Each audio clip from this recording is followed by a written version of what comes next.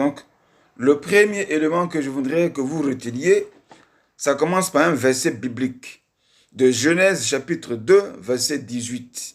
Voilà, Genèse chapitre 2, verset 18. Tu notes ça, mais je vais ici révéler les 7 éléments conseillers, les 7 éléments de conseil ici que je voudrais révéler et juste après, nous allons parler de Genèse 2, 18.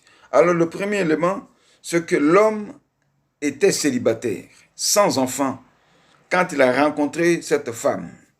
Et les deux ont décidé de se marier, donc de vivre ensemble. Donc l'homme, il vivait dans sa maison, il était en colocation, c'est-à-dire quoi? Il avait loué une chambre dans une maison de quelqu'un qu'il louait et qu'il payait. Donc il était à l'aise, tranquille dans son studio, parce qu'il était célibataire, il vivait seul sa vie. Maintenant qu'il rencontre une femme, ça veut dire que s'il était célibataire et qu'il rencontre une femme et qu'il veut se marier, ça veut dire qu'il est sérieux. Cet homme-là est vrai, il est honnête.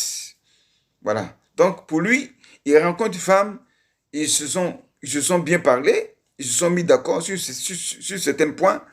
Donc, il s'est dit que la femme là aussi, elle est sérieuse comme lui. Alors, il décide de l'épouser.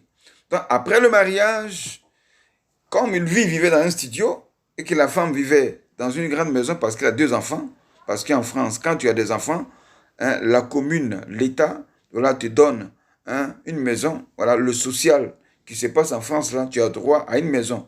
Donc, il se marie. Alors, il vient trouver la femme avec elle, chez elle. Donc, il vient habiter avec elle. Et la femme, deuxième élément, la femme, elle avait 2 enfants. Donc, ça veut dire quoi? Il vivait dans un mariage, de la famille recomposée. Donc, un mariage qui n'est pas facile à gérer, un mariage qui n'est pas facile, bien aimé, à vivre, dans lequel il y a toujours, bien aimé, des comportements, des problèmes qui surgissent, comme un terrain de guerre militaire, dont les militaires ont laissé dans le sol des bombes, voilà, des bombes qui peuvent exploser à tout moment et qui peuvent détruire des vies. Donc, ce n'est pas un foyer, un mariage, bien aimé, simple à gérer.